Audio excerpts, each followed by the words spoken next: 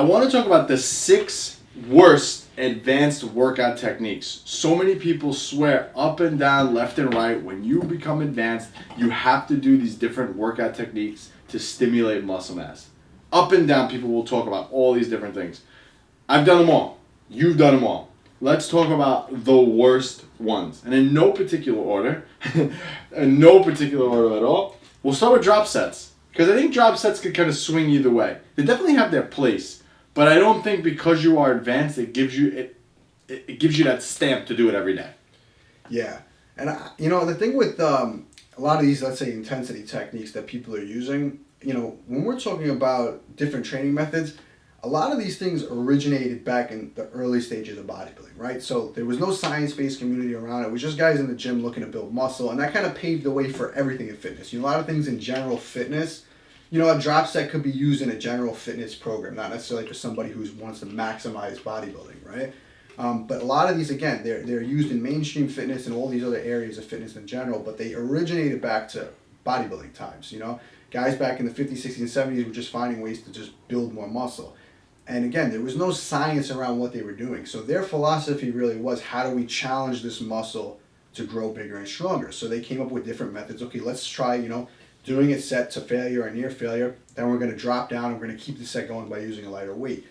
Now you have a lot of science-based information on what does it actually do and how does that apply to building more muscle. The philosophy behind it, or what the science-based community says behind it right now is, you're doing that set to failure, but you're actually extending that set beyond the point by still exposing those motor units to, more work, more volume before you're taking a rest period. So it creates a bigger stimulus. Like, that's the goal, right? When you put that into practical application, though, in a lot of cases, you're pretty much getting the same benefits you were as taking a set to failure, resting, and then doing it again.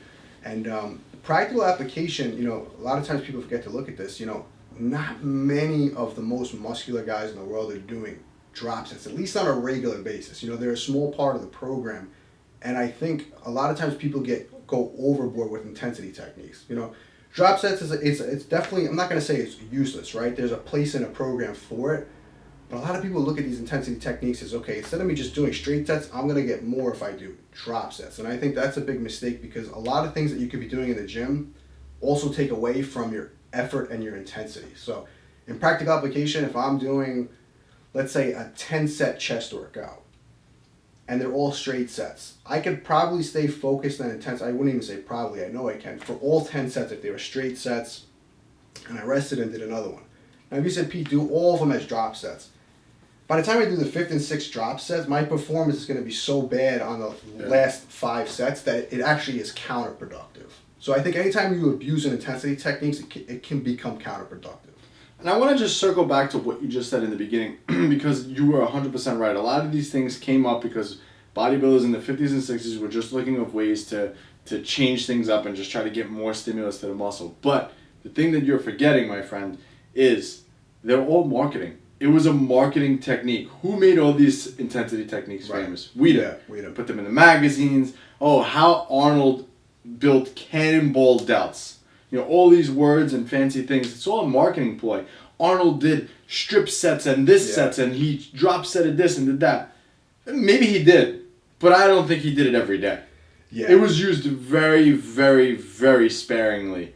Arnold would say to shock the body. But majority of his, I would say, it's the 80-20 rule, as always. That 80-20 rule is, and I think it's the Pareto principle, 80% of your results are going to come from 20% of what's going on. Right. So, I'm sorry. I think that's it. Yeah, 80% of results come from the small things that you do. Right, so most of his results are coming from the straight sets that he was doing, the basic stuff. Yeah. That extra 20% that he was throwing in there was not doing anything. Right. I mean, and that's a great example, too. The Weider principles and all that stuff that used to come out in the magazines back in the day were, I almost kind of related to, like, pro wrestling in a way. Or like WWE, WWF. How like you get the guy... WWF. When they say... It doesn't exist anymore. I know. But how you get guys that come out on stage and they say, he's 7'1", 500 pounds. But like realistically, he's like 6'3", like 300 pounds, let's say. It just sounds so much more impressive than it is. And I think one of the biggest things in bodybuilding, at least in the early ages, again, when you just had muscle magazines and books. You didn't have the internet. You really didn't see what these guys were doing on a regular basis was to make it sound like they were training so much harder or doing so much more than they actually were, because that's why he's a champion. He's the best in the world, and that's why you're an average person like trying to learn from him and try to get to that level. When a lot of it obviously has a lot more to do with it than just, okay, he trains extremely hard, you know?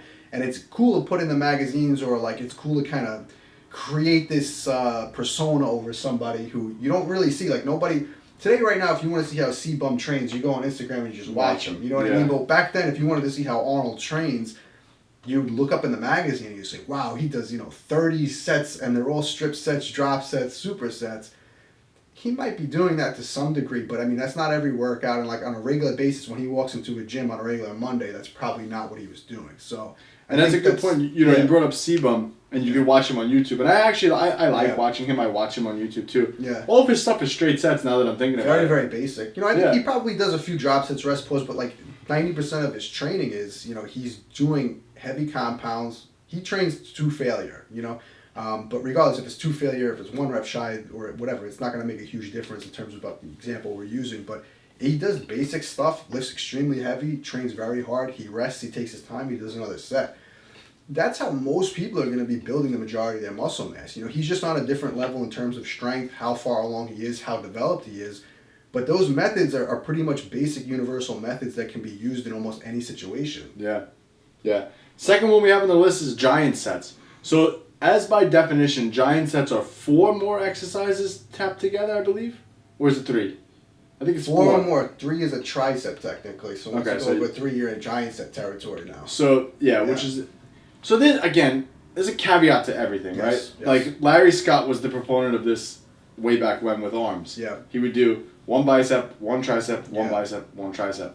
And that's considered a giant set. But I think that's like an optimal way to do it. Yeah. But mostly the way the magazines talk about it, it's like you're doing all 4 sets of chest in one thing. And it's like, that's not realistic. That's not going to work. That's definitely a surefire way to lose muscle. And I wouldn't even consider that an advanced technique. I don't even know what I would consider that.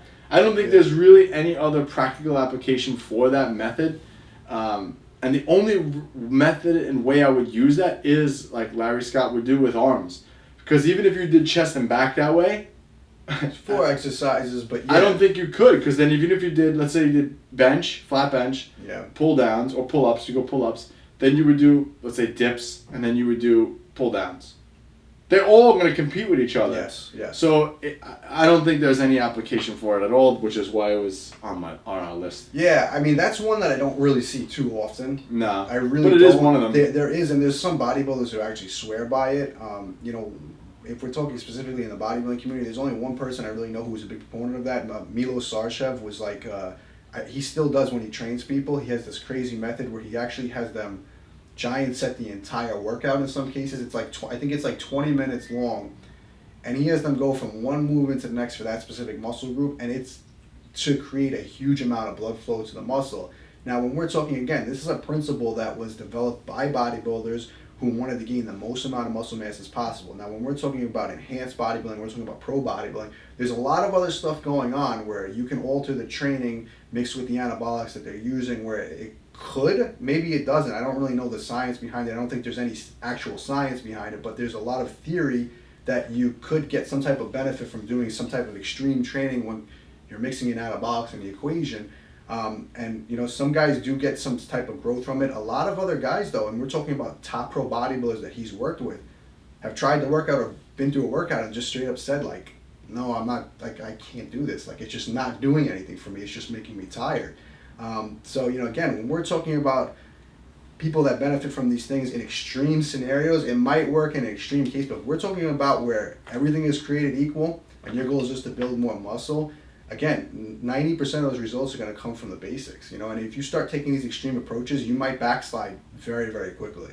Yeah. The next one that I have on the list of Myo Reps. I've never even done these, so I can't talk about it. It just sounds ridiculous to me. I don't think it would actually promote growth in the slightest. Yeah. But since you have experience with it, you could talk about it. Yeah, so Myo Reps are more of a newer intensity technique. It's not something that was used by guys back in the early ages of bodybuilding. Rest pause was a big one, which is basically just you take that set to failure or near failure, take a couple deep breaths, and then you continue with that same weight. Myo Reps is more of something that's come out more recently in the science-based community, where the idea, like the term effective reps is very big in bodybuilding these days, and the whole idea is, is the last few reps before you go to failure that stimulate the most muscle growth.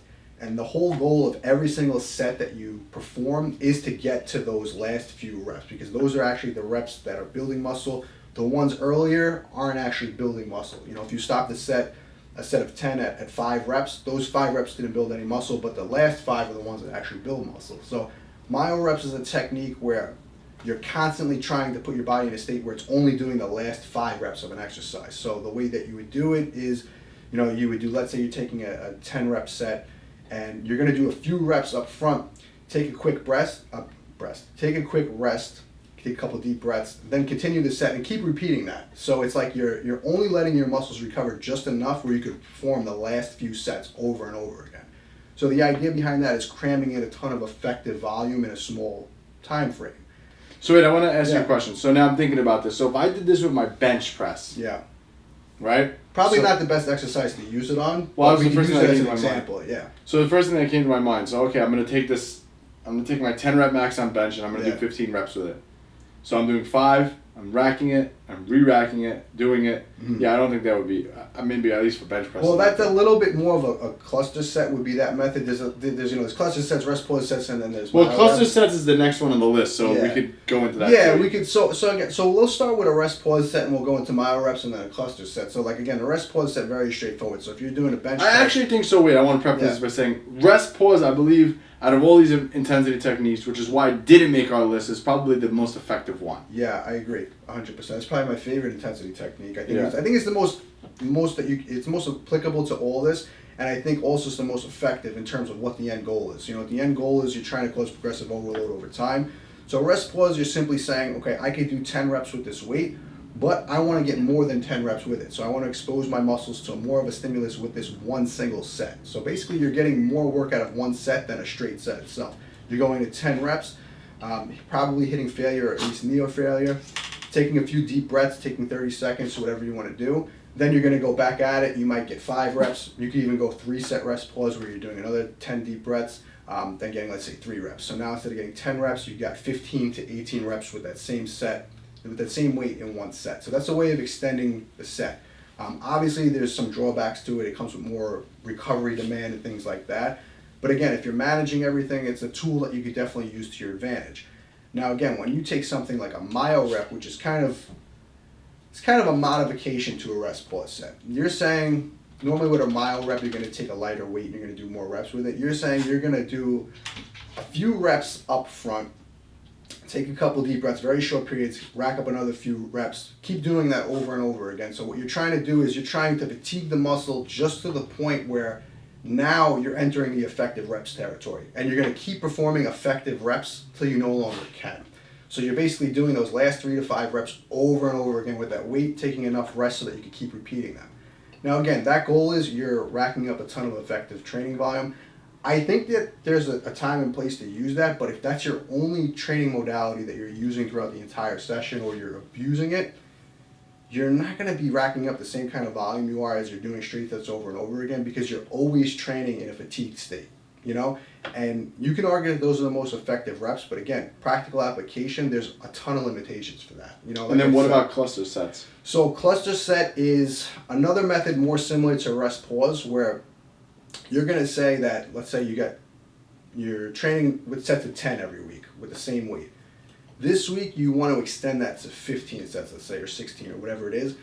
Instead of going all out to a set of 10, you're going to do a certain amount of reps. Let's just say it's 5 reps. You're going to take that set and you're going to block it into 5 rep sets over and over again. So you do the 5, take a certain rest period, it's usually a relatively short rest period, do another 5, take a short rest, do another 5. Now you're going to do more than 10 reps each set.